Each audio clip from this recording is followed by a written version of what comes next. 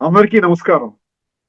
శ్రీమద్ భగవద్గీత ఆధ్యాత్మిక రహస్యాలు అనే శీర్షిక ద్వారా శ్రీ త్రినాథ్ గారు ధారావాహిక ప్రసంగం చేస్తున్నారు. వారి ధారావాహిక ప్రసంగంలో ఈరోజు 303వ ప్రసంగం చేస్తున్నారు. శ్రీ త్రినాథ్ గారికి స్వాగతం. శ్రీమద్ భగవద్గీత ఆధ్యాత్మిక రహస్యాలు ఈ కార్యక్రమాన్ని వీక్షిస్తున్నటువంటి సోదరిమణులందరికీ కూడా హార్దిక స్వాగతం. ఇప్పటి వరకు మనం ఒక 300 ఎపిసోడ్స్ వరకు మనం చర్చించుకున్నామండి ఈ ఆధ్యాత్మిక రహస్యాలు. ఇప్పటికే మీకు స్పష్టంగా అర్థమై ఉంటుంది. ధార్మిక కోణంలో మనం అర్థం చేసుకుంటే భగవద్గీతని స్వయంగా నా జీవితాన్ని భగవద్గీత ఏ విధంగా ఉద్ధరిస్తుంది అన్న విషయం మనకి స్పష్టత ఇప్పటి వరకు మనకు కలగలేదు. ఎందుకంటే భగవద్గీతని మనం ఒక ధార్మిక గ్రంథముగా అర్థం చేసుకున్నాం. కేవలం ఒక అర్జునుడు అన్న ఒక వ్యక్తికి సంబంధించిన గ్రంథముగా అర్థం చేసుకున్నాం. కానీ శ్రీమద్ భగవద్గీత మొత్తం మనం 574 శ్లోకాలు కానీ మనం పరిశీలించినట్లయితే ఇక్కడ కూడా నేను ఒక వ్యక్తికి కానీ లేకుండా ఉంటే ఒక గ్రూప్ ఆఫ్ పీపుల్ ఎవరైతే మనం ఒక మతం అంటున్నాం, ధార్మిక గ్రంథం అంటున్నాం, సో ఈ విధంగా చెప్పినట్టుగా 0.0000001% దాఖలాలు కూడా లేవండి. ఇది చాలా ముఖ్యం.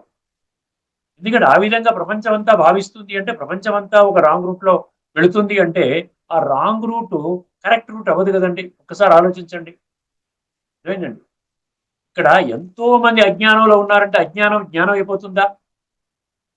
భగవద్గీత అనగానే మనకి ఏమర్థం కావాలి? శ్రీమద్ భగవద్గీత అనగానే 700 శ్లోకాలు, 701 ప్రస్తుతం వర్తమానంలో మనుషులకు అందుబాటులో ఉన్నటువంటి శ్లోకాలు. అందులో స్వయముగా భగవంతుడు ఉచ్చరించినటువంటి మహావాక్యాలు 574 శ్లోకాలు. మనం ముఖ్యంగా భగవద్గీత అంటే భగవంతుడు పలికిన గీత అన్నటువంటి భావంతో మనం ఈ 574 శ్లోకాలు, అదేవిధంగా అర్జున వాచలో కొన్ని శ్లోకాలు ఆయన ప్రశ్నలు వేస్తున్నాడు. ఈ ఫలానాది ఏంటి, ఇదేంటండి అని అడుగుతున్నప్పుడు ఆ శ్లోకాలు, ఈ శ్లోకాలు మనకు చాలా రెలవెంట్. ఇప్పుడు భగవంతుడు మరి అర్జునుడు కూడా ఎక్కడా కూడా చెప్పలేదు నా కొడుకు మాత్రమే చెప్పాడు అన్నటువంటి విషయము చాలా స్పష్టంగా ఇప్పటికి అనేక మార్లు మనం చెప్పుకున్నాము. గీత విశ్వాత్మలందరికీ చెందినటువంటి ఏకైక ఆధ్యాత్మిక గ్రంథం. 100% భగవద్గీత అనేది సూక్ష్మంగా అర్థం చేసుకోవాలి. సూక్ష్మముగా అర్థం చేసుకోవాలి అంటే మన బుద్ధి నేత్రాన్ని తెరవాలి.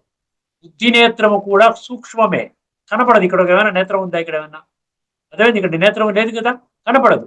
కానీ ఇక్కడ ఉన్నటువంటి ఆత్మ అది కూడా సూక్ష్మము. ఈ రెండు భౌతిక చర్మ నేత్రాల ద్వారా మనం చూడలేము.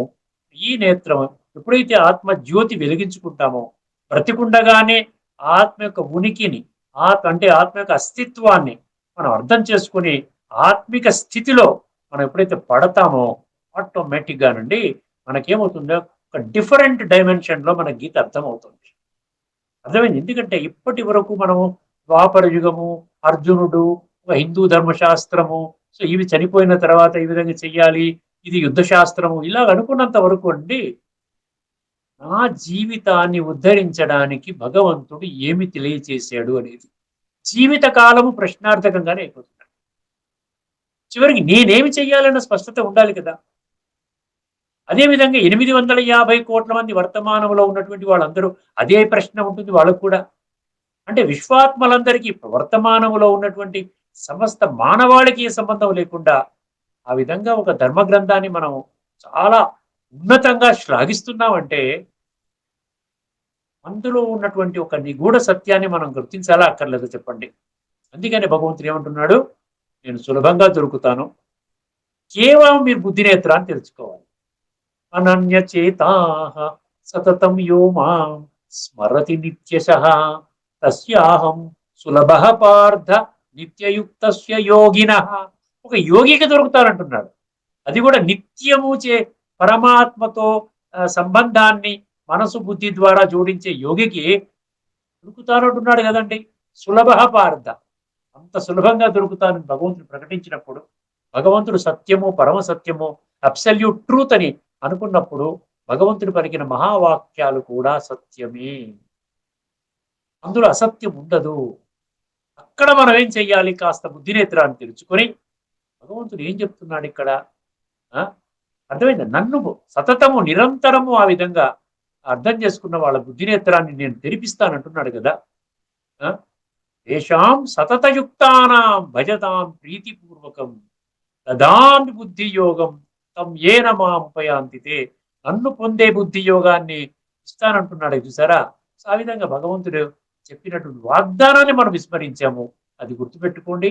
ఈ శ్రీమద్ భగవద్గీత ఆధ్యాత్మిక రహస్యాల ద్వారా మనం నిరంతరము పరమాత్మ యొక్క తోడు పెట్టుకుని మన యొక్క బరువు బాధ్యతలు వారికి ఇచ్చేసేసి వారి యొక్క ధర్మ సంస్థాపన కర్తవ్యాన్ని సమర్థించే కర్మలు చేస్తే వారికి చాలా ప్రీతిపూర్వకంగా ప్రీతి పాత్రంగా తయారవుతామండి. ముఖ్యంగా ఈ ముందు మాటగా ఇది అర్థం చేసుకుని ఇప్పుడు మనం భజగోవింద శ్లోకాలలో 9వ శ్లోకాన్ని ఇదివరకే చర్చించుకోవడం జరిగిందండి. చాలా అద్భుతమైన 4 పంక్తులలో శంకర భగవత్పాదులు 4 పంక్తులలో భగవద్గీత సారాన్ని చెప్పడం జరిగిందండి. అద్భుతమైనటువంటి శ్లోకం. కేవలం ఆ శ్లోకాన్ని జస్ట్ ఒక్క నిమిషం పాటు మీ ముందు మరొకసారి దృష్టికి తీసుకొని వస్తాను. ఎందుకంటే పరంపరగా మనం వరుస క్రమంలో చెప్పుకుంటున్నాం కాబట్టి ఇప్పుడు ఈ ఎపిసోడ్లో మనం 10వ నంబర్ శ్లోకాన్ని చర్చించుకుంటాము. ముందుగా 9వ నంబర్ యొక్క విశిష్టత చూసారా. ఏం చెప్పారండి? 4 పంక్తుల్లో ఏం చెప్పారండి? సత్సంగత్వే నిస్సంగత్వం అన్నారు. సత్సంగం అంటే మనం ఇప్పుడు ప్రస్తుత వర్తమానంలో జరిగే సత్సంగాలు, అది సత్సంగం అని అనడానికి భగవద్గీత అంగీకరించటం లేదు, నేను చెప్పడం కాదు. భగవద్గీత ఏముంటుంది? ఏమన్నాడు? సర్వధర్మాన పరిత్యజ్య మాం ఏకం శరణ ప్రజాడు. కేవలం నా యొక్క శరణు మాత్రమే పొందాలి. ఎందుకు? నేనొక్కడినే సత్యము. ఎందుకు సత్యము? సత్యం అంటే నా యొక్క సత్య స్వరూపము నిరాకార జ్యోతిర్బిందు స్వరూపము. అందుకనే మీరు నన్ను పరమ ఆత్మ అన్నారు, పరమ పిత అన్నారు, పరమ పిత పరమ ఆత్మ అన్నారు. పిత అంటే తండ్రి, పరమ ఆత్మ అర్థమైందండి. పరమ సుప్రీం పరమాత్మ ఎందుకు అన్నాడు? ఎప్పుడు ఆత్మస్వరూపంలోనే ఉంటాడు భగవంతుడు. ఇది మనం అనేక మార్లు చర్చించుకున్నాం. అర్థమైందండి. సో ఇది సత్యము. సో ఈ సత్యం అంటే పరమాత్మ భగవద్గీత ద్వారా మన ప్రజానీకానికి సమస్త మానవాళికి అందిస్తున్నటువంటి యొక్క ఆధ్యాత్మిక జ్ఞానము మరియు విజ్ఞానము. ఈ ఈ యొక్క విషయాన్ని మనం అర్థం చేసుకుంటే మనం సత్సంగంలో ఉన్నట్టు, సత్యమైన భగవంతుడి యొక్క సాంగత్యంలో ఉన్నట్టు. సత్సంగత్వే నిస్సంగత్వం. నిస్సంగత్వం అంటే ఏంటి? ఇక ప్రాపంచిక విషయాల నుంచి మనం దూరం అయిపోతాం. అర్థమైందండి. అదేవిధంగా నిస్సంగత్వే నిర్మోహత్వం అన్నాడు. మోహం పోతుంది. మోహం అంటే మన యొక్క భౌతిక, ఏ విధంగా భౌతికమే నేను అనుకుంటున్నా ఇప్పుడు దాకా, నేనే భౌతికము, భౌతికమే నేను, ప్రపంచం అంతా కూడా ఇంద్రియ సుఖాల్ని అనుభవించే పనిలోనే నిమగ్నమై ఉన్నారు. అసలు ఆత్మ సంగతి కేవలం ఏదో చనిపోయినప్పుడు may his soul rest in peace అంతే. ఏమండి? May his soul rest in peace, may our soul rest in peace, ఆత్మకి శాంతి కలుగుగాక అంటే మళ్ళీ మర్చిపోతాం. దాని కొరకు కాదండి ఆత్మ ఉన్నది. చనిపోయిన వ్యక్తిలో ఆత్మ లేదు అంటే బ్రతికున్న వ్యక్తిలో ఆత్మ ఉన్నది. శరీరము వినాశి, శరీరము అవినాశి ఆత్మ. అర్థమైంది. అందుకనే ఆ మోహం అనేది బ్రతికుండగానే పోవాలి. అందుకని ఏమన్నాడు అక్కడ? నిర్మోహత్వం అన్నాడు. మళ్ళీ ఏమన్నాడు? నిర్మోహత్వే నిశ్చల తత్వం అన్నాడు. నిశ్చల తత్వే ఆఖరికి ఏమన్నాడు? జీవన్ముక్తి. జీవన్ముక్తి అంటే ఏంటి? ఎవరికి తెలియదండి. ముక్తి జీవన్ముక్తి అనేది లూజ్గా మాట్లాడతారు కానీ ఎవరు కూడా ఇంత స్పష్టంగా ఎవరు చెప్పలేదు మీకు. ముక్తి అంటే ఏంటంటే ఒక టెంపరీ పీరియడ్ కొరకు జన్మరాహిత్యం అనుకోవచ్చు. ఎందుకంటే ముక్తావస్థ అంటే శరీరం అనేది లేదనమాట. ఆత్మ ఆ విధంగా ఆత్మల లోకం, బ్రహ్మాండ మహాతత్వం, పరంధామం, అమరధామము, ఊర్ధ్వలోకము, నిర్వాణధామము మనం అనుకున్నాం కదా, శాంతిధామం అక్కడ ఉండిపోతుంది అనమాట. అర్థమైందండి. అది అది ఆ విధంగా ఉండిపోతుంది. తర్వాత మళ్ళీ తన కర్మానుసారము, తన యొక్క సంస్కారాల అనుసారంగా మళ్ళీ పునః ఈ యొక్క పొడవు మీద జన్మ తీసుకుంటుంది. అర్థమైందండి. అందుకని అక్కడ ఏమవుతుంది? నిశ్చల తత్వం అంటే ఏంటి? ఎప్పుడైతే నీ మోహం పోతుందో మీరు పరమాత్మతో కనెక్ట్ అవుతారు. స్టడీ కనెక్షన్ అన్నమాట. రాజయోగ అభ్యాసాన్ని మీరేం చేస్తారు? స్థిరపరుచుకుంటారు. ఎప్పుడైతే స్థిరపరుచుకుంటారో ఆటోమేటిక్గా సంస్కార పరివర్తన జరుగుతుంది. ఆత్మలు పరమాత్మతో సంగమించేటువంటిది స్థిరంగా మీరు ప్రతిరోజు కొన్ని గడియలు చేసుకుంటూ ఆ విధంగా ఆ సమయాన్ని పెంచుకుంటూ వెళ్ళారనుకోండి. ఎప్పుడైతే కొన్ని రోజులు చేస్తేనేనండి మీకు చక్కటి అనుభూతి కలుగుతుంది. ఎక్కడ అనుభూతి కలుగుతుంది అంటే పరమాత్మ యొక్క శక్తులు, గుణాలు పరమాత్మ నాలోనే అంటే ఆత్మలోనే నిక్షిప్తము చేయబడిన 26 దివ్య గుణాలు, 26 దివ్య గుణాలు మరియు శక్తులు, దాన్నే అష్టశక్తులు అంటారు. 7 దివ్య గుణాలని ఆ విధంగా సారవంతంగా చెప్పడం జరిగింది.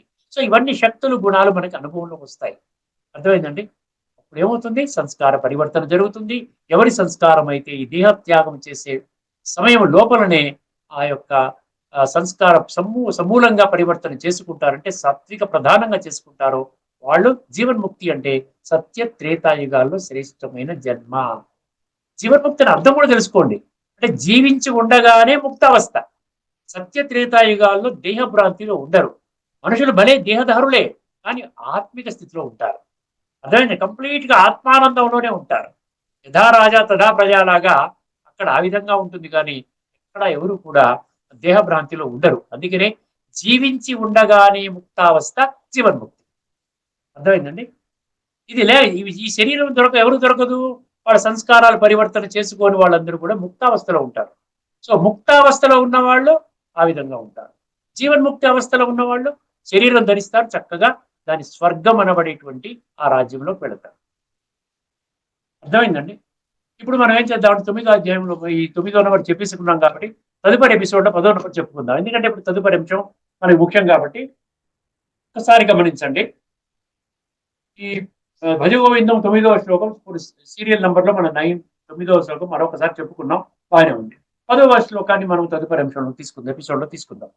ఇప్పుడు మనం యజ్ఞాల గురించి చర్చించుకుంటున్నాం. చాలా స్పష్టంగా వినండి, ఎందుకంటే ఈ యొక్క యజ్ఞం దేని కొరకు చేస్తున్నాం. నేను ఇప్పటికీ అనేక మార్లు మీ దృష్టికి తీసుకుని రావడం జరిగింది. ఏం చెప్పానండి? గీతలోని ప్రతి ఒక్క శ్లోకము 574 శ్లోకాలు ఏవైతే ఉన్నాయో అన్ని శ్లోకాలు ఏ ఒక్క శ్లోకమైనా తీసుకోండి, ఒక్క డైరెక్షన్ లో తీసుకుని వెళ్తుంది. అల్టిమేట్ గా మన యొక్క ఏమిటండి, ఆత్మలో జన్మ జన్మలుగా మనము చేసిన నీచ నికృష్ట దుష్ట భ్రష్ట పాప కర్మల ఫలితముగా ఆత్మలో పేరుకుపోయిన అంటే ఆ విధంగా సంస్కారాలు ఏవైతే ఉన్నాయో, కుళ్ళు సంస్కారాలు, తమో ప్రధాన సంస్కారాలు ఏవైతే ఉన్నాయో ఆ సంస్కారాలని రాజయోగం అనే ప్రక్రియ ద్వారా, ఆ రాజయోగం అనే ప్రక్రియనే ఏమన్నాడు? యజ్ఞం అంటున్నాడు. ఇక్కడ సంస్కార పరివర్తన యజ్ఞము అంటున్నాడు. యజ్ఞం అంటే act of divinizing the original self అన్నమాట. అర్థమైందండి? మన మూల స్వరూపమైన ఆత్మని శుద్ధి చేసుకోవడమే. అందుకనే ఆత్మశుద్ధి లేని ఆచారం అది ఇవన్నీ వచ్చాయి. గీతలో కూడా అనేక శ్లోకాల్లో ఆత్మశుద్ధి గురించి చెప్తాడు. 5వ అధ్యాయం, ముఖ్యంగా 5వ అధ్యాయం 11వ శ్లోకంలో ఏమంటాడు? అక్కడ కాయేన మనసా బుద్ధ్యా కేవలైరింద్రియైరపి యోగిన కర్మ కుర్వంతి సంగం త్యక్త్వా ఆత్మశుద్ధయే అంటాడు. చెప్పిన మాటల్ని మనము తేలికగా తీసుకోకూడదండి. ఎందుకంటే మన జీవితానికి సంబంధించిన విధంగా చెప్తున్నప్పుడు అది నాకు సంబంధం లేదు అనుకుంటే నష్టపోయేది భగవంతుడు కాదు, తెలుసుకున్నవారు కాదు. అజ్ఞానంలో మనము ఆ విధంగా మనం విస్మరించినట్లయితే మనకే అర్థమవుతుంది మనము భగవంతుని మాటల్ని ధిక్కరిస్తున్నాము, ఎడచెవిన పెడుతున్నాము, నిర్లక్ష్య ధోరణిలో ప్రవర్తిస్తున్నాము. మన మీద భౌతిక ఈ 2 కళ్ళతో చూసేటువంటి దాన్నే ప్రపంచం అనుకుంటున్నాము. భగవద్గీత ఆధ్యాత్మిక గ్రంథం గుర్తుపెట్టుకొని 10వ అధ్యాయం 32వ శ్లోకంలో ఏం చెప్పాడు? అధ్యాత్మ విద్యానాం అన్నారు. ఆ మాటని ఎందుకు విస్మరించారు చెప్పండి? ఎలా విస్మరిస్తారు? ఏ ఒక్క పదాన్ని కూడా మీరు విస్మరించకూడదు కదా. అధ్యాత్మ విజ్ఞానం అంటే సర్వ విద్యలలోకి నేను బోధించే విద్య ఆధ్యాత్మిక విద్య. 100% ఆధ్యాత్మిక విద్య. ఆధ్యాత్మిక విద్య అంటే ఇప్పటికే మనం అనేక మార్లు చర్చించుకున్నట్లుగా ఆత్మ విద్య, పరమాత్మ విద్య. అర్థమైందండి? సృష్టి చక్రం యొక్క విద్య. ఈ 3 విద్యలు ఉంటే మీరు ఆధ్యాత్మికంగా ఎదుగుతున్నారు, ఆత్మశుద్ధి అవుతుంది, ఆ యొక్క బంధాల పడ్డారు. ఈ రాజయోగం అనే ప్రక్రియ ద్వారా మీరు ఈ విధంగా కరెక్ట్ పాత్రలో పడ్డారు. ఈ జీవితం బాగుంటుంది, పై జీవితం కూడా బాగుంటుంది. సో యజ్ఞాన్ని మనం ఏం చేస్తున్నాము? తప్పుగా అర్థం చేసుకోవడం వలన అనేక రకరకాల యజ్ఞాలని మనం చేస్తూ ఉన్నాం వర్తమానంలో. ఆ యజ్ఞాల యొక్క వివరణనే భగవంతుడు మన గీతలో 4వ అధ్యాయంలోని ఏ శ్లోకం నుంచి ఇవ్వడం జరిగిందండి? 25వ శ్లోకం నుంచి, 4వ అధ్యాయంలోని 25వ శ్లోకం నుండి చాలా స్పష్టంగా ఎన్ని రకాల యజ్ఞాలు ప్రస్తుతం ఉన్నాయి, అసలైనటువంటి యజ్ఞం ఏమిటి అన్న విశ్లేషణ ఆ విధంగా భగవంతుడు చెప్పడం జరుగుతుంది. ఇప్పుడు మనం గత ఎపిసోడ్ లో మనం ఏం తెలుసుకున్నాము?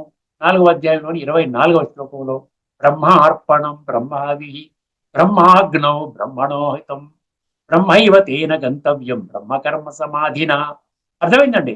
మన కర్మ, ప్రతి కర్మలో కూడా సమాధి తీసుకుని రావాలండి. సమాధి స్థితి అంటే ఆత్మిక స్థితిలో, పరమాత్మిక స్మృతిలో. అర్థమైందండి? అంటే యోగి యొక్క స్థితి అన్నమాట అది. ఆత్మిక స్థితి, పరమాత్మిక స్మృతి అంటే ఏంటి? ఒక రాజయోగి యొక్క ఆ విధంగా అటువంటి స్థితిలోకి వచ్చిన తర్వాత అప్పుడు ఏమవుతుంది? ప్రతి కర్మ కూడా నీ సంస్కారాన్ని పరివర్తన చేస్తుంది. ప్రతి కర్మ ఒక సంస్కారం పరివర్తన చేస్తుంది. వర్తమానంలో భగవంతుడు ప్రకటించిన విధం ఏంటి? ఇప్పుడు సంస్కార పరివర్తనకే ప్రతి ఒక్కరూ ప్రాధాన్యత ఇవ్వాలి. ఎందుకు ఇవ్వాలి? 7వ అధ్యాయంలో 19వ శ్లోకంలో బహూనాం జన్మనాం అంతే, ఇది అంతిమ జన్మ.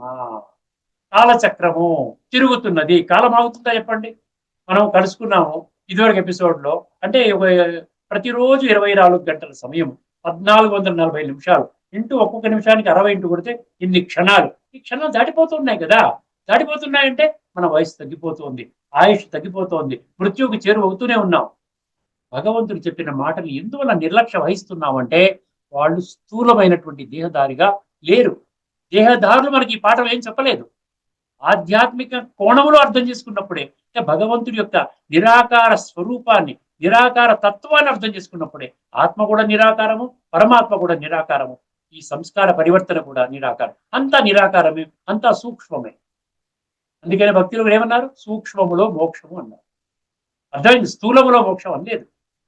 ఒకసారి గమనించండి.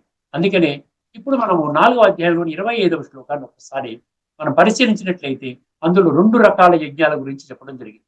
రకాల యజ్ఞం అర్థమైంది? ఒక్కసారి గమనించండి. ఆ శ్లోకాన్ని ముందు చదువుతాను, మీ ముందు ఉంచుతాను. దైవమేవా పరే యజ్ఞం యోగిన పర్యుపాసతే, బ్రహ్మాజ్ఞావ పరే యజ్ఞం యజ్ఞో నైవోపజుహ్వతి. ఇది శ్లోకం. దైవమేవా పరే యజ్ఞం. చాలా జాగ్రత్తగా, చాలా ఈజీగా అర్థం అవుతుంది. ఏంటంటే మొండిగా వాదన చేసేవాడికి అర్థం కాదు. అంటే ఆత్మజ్ఞానం పొందకుండా కేవలం బుద్ధిని వాడుకునేవాళ్ళు అంటే ఏంటంటే స్థూలంగా బుద్ధిని వాడుకునేవాళ్ళు, సూక్ష్మంగా కాదు. బుద్ధి అంటే స్థూలంగా వాడుకుంటారు, సూక్ష్మంగా వాడుకుంటారు. సూక్ష్మంగా వాడుకోవడం అంటే ఏంటి? ఆత్మజ్ఞానంతో పాటు. స్థూలంగా వాడుకోవడం అంటే ఏంటి? ఇప్పుడు ఈ భౌతిక ఎన్విరాన్మెంట్ లో ఇది కరెక్ట్ కాదు, ఇది కరెక్ట్, ఇది కరెక్ట్ కాదు, ఇది కరెక్ట్ అని వాదించేవాళ్ళు. సో ఈ వాదించే వాళ్ళకి అర్థం కాదు. కానీ నిజంగా నిజాయితీగా సత్యం, నేను సత్య మార్గంలో నడుస్తాను, ఈ రోజున వర్తమానంలో సత్యం వద, ధర్మం చర, ఈ విధంగా మనం ధర్మో రక్షతి రక్షిత, సత్యమేవ జయతే. అర్థమైందండి? ఇవన్నీ మనం అనుకుంటున్నప్పుడు మనం సత్య మార్గంలో వెళ్ళాలి అనేటువంటి దృఢ సంకల్పంతో మనం కానీ అడుగు వేసినట్లయితే ఖచ్చితంగా 7వ అధ్యాయంలోని 3వ శ్లోకంలో చెప్పినట్లుగా అతి కొద్ది సంఖ్యలోని మనుషులు, వర్తమానంలోని మనుషులే నన్ను గుర్తిస్తారు. 850 కోట్ల మందిలో 33 కోట్ల మంది నన్ను గుర్తిస్తారు. వాళ్లే రేపు రాబోయేటువంటి దైవీ సంస్కారాలతో కూడుకున్నటువంటి సత్య త్రేతాయుగాల్లో శ్రేష్టమైన జన్మను పొందుతారు అంటాడు. ఇప్పుడు చూడండి, ఇక్కడ ఒక్కసారి ఈ శ్లోకాన్ని మనం పదవిచ్ఛేదన చేసుకుంటే మీకు అర్థమవుతుంది. దైవమేవా పరే యజ్ఞం యోగిన పర్యుపాసతే. ఇక్కడ 2 రకాల యజ్ఞాల గురించి చెప్పాడు. ఒకటి స్థూల యజ్ఞము, రెండవది సూక్ష్మ యజ్ఞం. ఈ స్థూల యజ్ఞములో దేవతల్ని ఆరాధిస్తున్నాం అని చెప్పాడు. దైవం అన్నాడు. దేవం అంటే దేవతలు. 33 కోట్ల దేవీ దేవతలు ఎవరైతే ఉన్నారో శాస్త్రాల్లో కూడా చెప్పారు కదా. ఇప్పుడు ఎంతో మంది దేవీ దేవతల్ని మనం ఉపాసన చేస్తూ ఉన్నారు. రకరకాల వాళ్ళ సంస్కారాల అనుసారంగా, వాళ్ళ పూర్వజన్మ యొక్క ఆ సంస్కారాల అనుసారంగా ఫలానా కొంతమంది నేను ఆంజనేయ స్వామి భక్తుడిని అంటారు, అంతే. నేను ఫలానా విఘ్నేశ్వరుడు యొక్క భక్తుడిని అంటారు. భారతదేశంలో కూడా చూస్తే మన మహారాష్ట్ర అటువైపు వెళ్ళినట్లయితే వాళ్ళు విఘ్నేశ్వరుడికి ఎక్కువ ప్రాధాన్యత ఇస్తారు. అదేవిధంగా జమ్మూకి, ఆ ఢిల్లీ, ఆ నార్త్ వైపు వెళ్తే వాళ్ళు వైష్ణవ దేవికి ప్రాధాన్యత ఇస్తారు. అదేవిధంగా ఇక్కడ సౌత్ లోకి వెళితే బాలాజీ, తిరుపతి వాళ్ళకి ప్రాధాన్యత ఇస్తారు. అదేవిధంగా ఇక్కడ ఈస్ట్ వైపు వెళ్తే బెంగాల్ సైడ్, కలకట్టా వైపు వెళ్తే అక్కడ వాళ్ళు ఏమో దుర్గా, కాళీ మాతకి వాళ్ళు ప్రాధాన్యత ఇస్తారు. ఎవరికి వాళ్ళే. కానీ తప్పులేదండి. 33 కోట్ల దేవీ దేవతల్ని ఆ విధంగా ఉపాసన చేయటం తప్పులేదు. కాకపోతే భగవంతుడు ఏమంటున్నాడు ఇక్కడ? దైహిక భ్రాంతిలో చేస్తారు కాబట్టి అది ఫస్ట్ స్టెప్ అన్నమాట. అర్థమైందండి? ఇప్పుడు దేవతల ఉపాసన చేసుకున్న వాళ్ళే ఆ విధంగా భక్తి పరంగా చేసుకున్న వాళ్ళు ఏం చేస్తారు? తర్వాత నెక్స్ట్ లెవెల్కి వెళ్తారు. మనం అంటాం సరే, first level, second level, third level, final level అని. సో ఆ విధంగా నెక్స్ట్ లెవెల్ ఏంటంటే ఆధ్యాత్మిక కోణంలో అర్థం చేసుకుంటారు. అప్పుడు ఏమర్థమవుతుంది? దేహదారులందరూ కూడా, వాళ్ళందరూ కూడా మూల స్వరూపంలో వాళ్ళు కూడా ఆత్మలే. సర్వాత్మలకి తండ్రి పరమాత్మ. సో ఆ విధంగా పరమాత్మ ఒక్కడే, 33 కోట్ల మంది దేవీ దేవతలు, తర్వాత ధర్మ స్థాపకులు, తర్వాత సాధువులు, సంతులు, ఋషులు, మునులు వీళ్ళంతా వస్తారు. తర్వాత మహాత్ములు, తర్వాత పుణ్యాత్ములు, ఇంతమంది ఈ విధంగా వస్తారు. 5 కేటగిరీస్ అన్నమాట. అవి తర్వాత మళ్ళీ పాపాత్మలు వాళ్ళతో వచ్చేస్తారు. దైహిక భ్రాంతిలో ఉన్నటువంటి వాళ్ళు వచ్చేస్తారు. కానీ పరమాత్మలు అని ఎక్కడ శబ్దం విన్నారు మీరు? పరమాత్మలు, పరమాత్మలు లేదు, పరమాత్మ భగవంతుడు. సరే, గీతలో ఎక్కడా కూడా రండి, మొత్తం గీతంతా మీరు తిరిగేయండి, ఏ ఒక్క శ్లోకంలో కూడా నేను నేను అందరిలో ఒక భగవంతుడు అన్నాడు ఎక్కడైనా? నేను ఒక్కడినే భగవంతుడు అన్నాడు. సర్వధర్మాన పరిత్యజ్య మామేకం శరణం వ్రజ ఏక భక్తిర్ విశిష్యతే అన్నాడు. అర్థమైందండి? పితాహమస్య జగత అన్నాడు. నేను ఈ జగత్తు, విశ్వము, లోకము, సర్వము, ఇహ అన్న పదాలు 137 శ్లోకాలు ఉన్నాయి.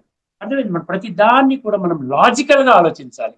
బుద్ధినేత్రం ఎప్పుడైతే తెరుచుకుంటుందో, సత్యత మార్గంలో ప్రయాణం చేయడం మొదలు పెడతామో, అప్పుడు truth, logic and common sense అనే పదాలు నేను తరచూ వాడుతూ ఉంటాను.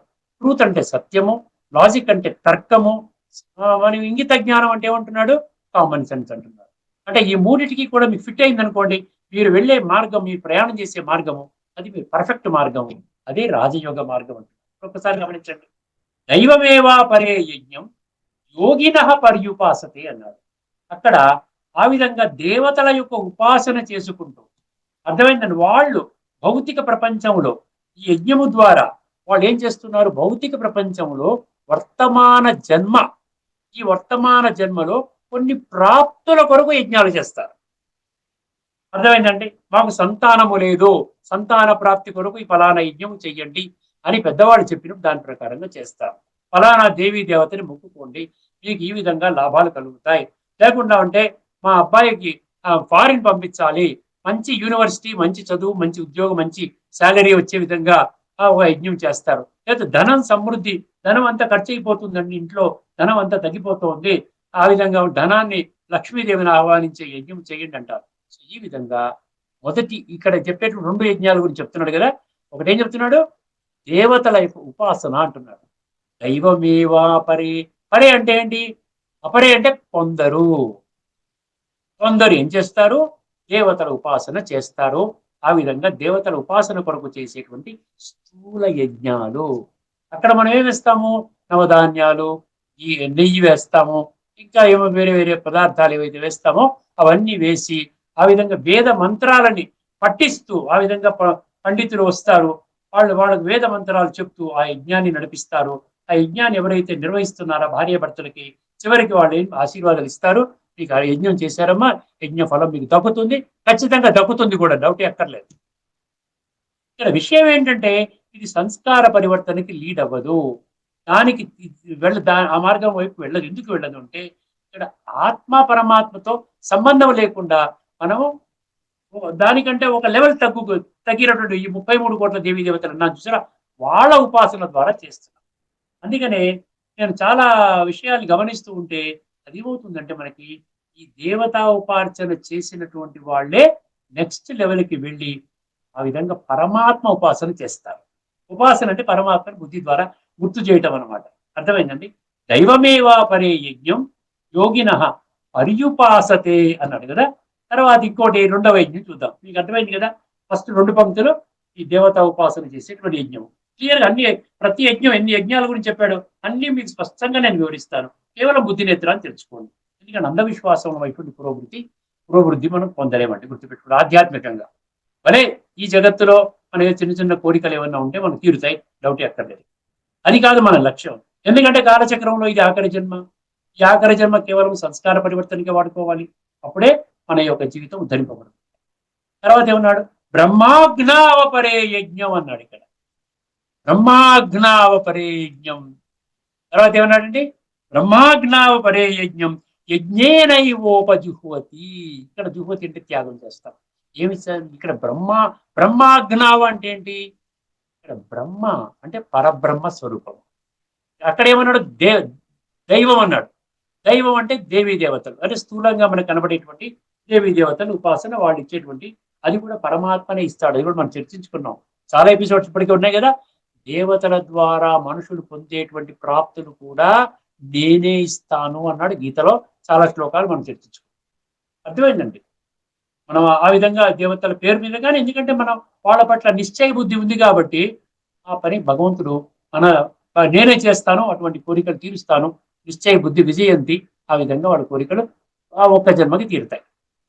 ఇక్కడ బ్రహ్మాగ్న అంటే ఇక్కడ ఏంటి? జ్ఞాన యజ్ఞం అనమాట. ఇది ఇది జ్ఞానాగ్ని దగ్ధ కర్మాణం అన్నట్టు చూసారా.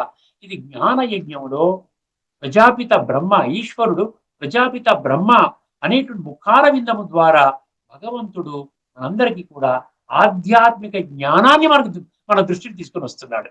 ఇప్పటి వరకు ఆధ్యాత్మిక జ్ఞానం అంటే మనకు స్పష్టత లేదు. ఆధ్యాత్మిక జ్ఞానములో మూల విషయం ఏమిటి? మూల విషయం ఏంటండి? ప్రాథమిక ఆధ్యాత్మిక మూల సిద్ధాంతం ఏమిటి? భగవద్గీత, నీవు ఆత్మవి, నువ్వు శరీరం కాదు. 46 శ్లోకాలు లిస్టింగ్ చేశాను నేను. ఎక్కడా నువ్వు దేహం అన్నటువంటి విధానంలో ఎక్కడా లేదు. భగవంతుడు చెప్పినటువంటి ఆధ్యాత్మిక జ్ఞానాన్ని మించినటువంటి జ్ఞానం ఇంకొకటి లేదు. మీరు వెతకవలసిన అవసరం లేదు. ఈ విశ్వములో దీనికంటే గొప్ప జ్ఞానం ఏమైనా ఉన్నదా? దానికి వెతకవలసిన పని లేదని కూడా, ఇదే సంపూర్ణము, ఇదే ఎటువంటి శేషము లేకుండా పూర్తిగా నేను జ్ఞానము మరియు విజ్ఞానము రెండూ చెప్పేస్తున్నాను. కాబట్టి ఇంకా మీరు వెతకాల్సిన పని లేదు అని భగవద్గీతలో చాలా స్పష్టంగా 7వ అధ్యాయంలోని 2వ శ్లోకంలో చెప్పడం జరిగింది. అర్థమైందండి. ఇప్పుడు దాని ప్రకారంగా మనకేంటి? పూర్తిగా నిశ్చయం కుదురుతుంది. కుదరడానికే ఇవన్నీ చెప్తున్నాడు ఆయన. బ్రహ్మాజ్ఞావపరే యజ్ఞం. అపరే అంటే ఏంటి? మరికొందరు ఏం చేస్తారు? ఈ యొక్క బ్రహ్మ పరబ్రహ్మ ఈ యొక్క ఏదైతే జ్ఞాన యజ్ఞాన్ని రచించారో అందులో ఏం వేస్తారండి? స్థూలమైనటువంటి వస్తువులు వేయరండి. నవధాన్యాలు, నెయ్యి, ఈ విధంగా పాలు, బియ్యము, ఈ ధాన్యాలు, ఇవన్నీ ఇటువంటి పరికరాలు ఏం వేయరు. అక్కడ ఏం వేస్తారంటే మీరు ఇప్పటిదాకా జన్మ జన్మలుగా ఆత్మలో పేరుకుపోయినటువంటి కుచ్చిత సంస్కారాలు, చెడు సంస్కారాలు, మలిన సంస్కారాలు, తమో ప్రధాన సంస్కారాలు, ఇప్పటిదాకా మనం చూసారు విషయ వికారాల వలయములో చిక్కుకొని మనం ఎటువంటి కర్మలైతే చేస్తున్నామో దాని ఫలితముగా ఆత్మలో ఆ విధంగా చూసారు. అందుకనే పాప ఆత్మ అంటాం, ఆత్మకే అంటుకుంటుంది. మంచి పనులు చేస్తే పుణ్య ఆత్మ అంటాం, శరీరానికి అంటుకోదు. శరీరం అని మనం చనిపోతే కాల్చి పారేస్తారు. అర్థమైందండి. దాంతో భస్మం అయిపోతుంది అనుకోవచ్చు, శరీరానికి అంటుకోదు కాబట్టి పాపాత్మ, పుణ్యాత్మ, దేవాత్మ అంటారు. అర్థమైంది. నికృష్ట ఆత్మ అంటారు. అందుకని ఇప్పుడు ఏం చేయాలి? మనం రెండు ముఖ్యంగా 2 త్యాగం చేస్తామండి. ఏం చేస్తాం? ఒకటి ఈ విధంగా తమో ప్రధాన సంస్కారాలన్నీ కూడా పాత ఎన్ని వేసేస్తాం. ఎందుకంటే ఎప్పుడైతే ఆత్మానుభూతి జరిగేటువంటి ప్రక్రియ ఎప్పుడైతే ప్రారంభమవుతుందో మీలో దివ్య గుణాలు, శక్తులు వస్తాయి. ఎప్పుడు చూడండి చీకటి చీకటి చీకటి చీకటి అనుకుంటే చీకటి పోదండి. ఒకసారి వెలుగు, ఒకసారి లైట్ స్విచ్ ఆన్ చేశారనుకోండి చీకటి పోతుంది. ఎప్పుడైతే మనలో దివ్య గుణాలను తెచ్చుకుంటే అజ్ఞానం పోతుంది. జ్ఞాన ప్రకాశం అన్నాడు. అందుకని అజ్ఞాన అంధకారం అన్నాడు. అదే తమసోమా జ్యోతిర్గం అంటే అర్థం ఏంటి? తమస్సు అంటే చీకటి. అజ్ఞాన అంధకారాన్ని తొలగించు, ఆ జ్ఞాన ప్రకాశాన్ని నాలో ప్రవహింప చేయు అంటాడు కదా, తమసోమా జ్యోతిర్గమయ. అదేవిధంగా భగవంతుడు ఏమంటున్నాడు? నీలో ఉన్న ఇప్పటి వరకు చేసినటువంటి ఈ పాత సంస్కారాలు స్వాహ. ఇట్లా చేస్తే ఇంకోటి ఏమవుతుంది? పంచవికారాలు, వైసెస్ అంటాడు. వైస్ అంటే కామ, క్రోధ, లోభ, అహంకారాలు. వీటిని కూడా స్వాహ చేసేసేయి. ఈ 2 స్వాహ చేస్తే ఒక్క విషయం స్పష్టమవుతుంది. ఏమిటండి?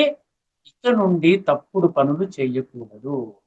భగవంతుడు అందరివాడు, విశ్వాత్మలందరికీ తండ్రి. ఈశ్వర సర్వభూతానాం సర్వభూత హితే రతః నిర్వైర సర్వభూతేషు సమోహం సర్వభూతేషు. ఎక్కడైనా ఒక్క శ్లోకం చూపించండి. ఎక్కడైనా ఏ శాస్త్రమైనా కానివ్వండి, నీవు సాటి మనిషికి మోసము చెయ్యవచ్చు, ద్రోహము చెయ్యవచ్చు, దుఃఖము కలిగించవచ్చు, ఈ విధంగా పతనము చేయవచ్చు, వాడిని చంపవచ్చు, అయినా కూడా నీవు స్వర్గంలోకి వెళతావు కాస్త పూజ చేసుకుంటే. ఎక్కడైనా ఉందండి? ఎక్కడా లేదు.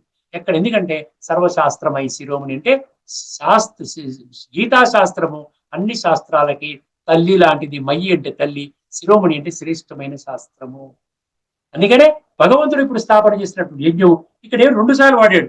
యజ్ఞము యజ్ఞేన ఇవోపజుహతి అంటే భగవంతుడు స్థాపన చేసిన యజ్ఞంలోనే మనము ఏదైతే ఆహుతి చేస్తామో అది కూడా యజ్ఞము, పరమాత్మక స్మృతి చేస్తామే అది కూడా యజ్ఞమే. అన్ని యజ్ఞాలే. బ్రహ్మార్పణం, బ్రహ్మహవి, బ్రహ్మాగ్నౌ బ్రహ్మణాహుతం అని చెప్పారు చూసారా, అంతా కూడా బ్రహ్మమే బ్రహ్మమే బ్రహ్మమే. పరమాత్మని మూల స్వరూపంగా మనం ఆ యజ్ఞంలో తీసుకొని వస్తాము, మన విషయ వికారాలను స్వాహా చేస్తాము. అదనమాట యజ్ఞే నైవోప జుహోతి అంటే అర్థం అదనమాట. అర్థమైందండి. 2 రకాల యజ్ఞాల గురించి మనం చర్చించుకున్నాము. తదుపరి శ్లోకంలో మరికొన్ని రాబోయేటువంటి ఒక 5-6 శ్లోకాలలో మరికొన్ని యజ్ఞాల గురించి చర్చిస్తాడు అతను. ప్రతి యజ్ఞం యొక్క స్పష్టత మనం తెలుసుకున్నాం అనుకోండి. ఇక్కడ ఈ సందర్భంగా మీకు ఇంకొక చెప్తాను. అర్థమైందండి. 10వ అధ్యాయం విభూతి యోగంలో ఒక విషయాన్ని స్పష్టం చేశాడు. మీ దృష్టికి ఒక 2 శ్లోకాలు తీసుకొని వస్తాను. ఏమన్నాడండి, ఇది ఇక్కడ నంబర్ ఏంటంటే 10వ అధ్యాయంలోని విభూతి యోగంలో 25వ శ్లోకం.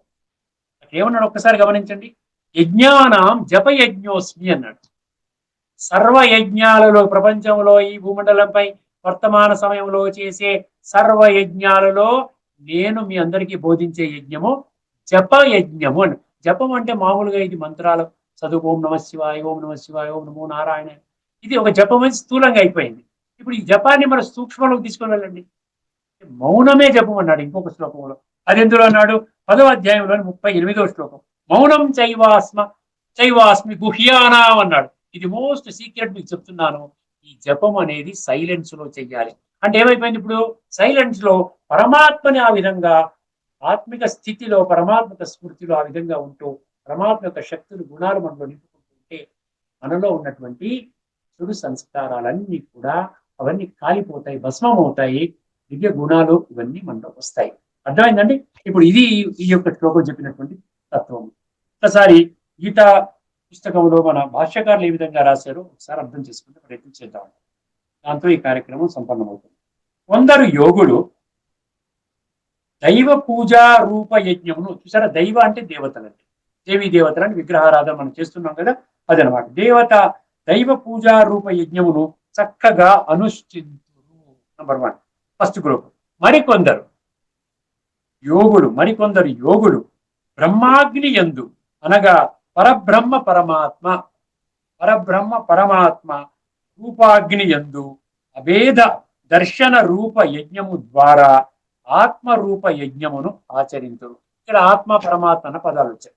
అంటే అర్థం ఏంటంటే ఈ రాజయోగాన్ని ప్రక్రియ ద్వారా ఉన్నటువంటి చెడుని తొలగించుకుంటారు. అదేవిధంగా ఇక నుండి చెడుని చేయకుండా జాగ్రత్త పడతారు. పరమాత్మకు దివ్య కర్తవ్యాన్ని సమర్థించేటువంటి కర్మలు చేసుకుంటూ కర్మాతీత స్థితికి అక్కడ చేరుకునే విధానం అన్నమాట ఈ యొక్క యజ్ఞం యొక్క ముఖ్యమైన కర్తవ్యం. అర్థమైందండి. ఇక్కడతో మన చర్చను ముగించుకుందాము. తదుపరి ఎపిసోడ్ లో మరొక అంశాన్ని మనం తీసుకుందాము. మరొక యజ్ఞం భగవంతుడు వివరించినటువంటి, అంటే రకరకాల యజ్ఞాల యొక్క స్పష్టత ఎందుకు ఇస్తున్నాడు, ఎందుకంటే మనకి ఏ యజ్ఞం శ్రేష్టము అన్న సంగతి మన ఆఖరిలో తెలియచేస్తాడు అనమాట. అందువల్ల అదేవిధంగా భజగోవింద శ్లోకాలు కూడా మనం 10వ శ్లోకము మనం తదుపరి ఎపిసోడ్ చర్చించుకుంటాం. అంతవరకు సెలవండి. అందరికీ నమస్కారము. లోకా సమస్తా సుఖినో భవంతు. ఓం శాంతి.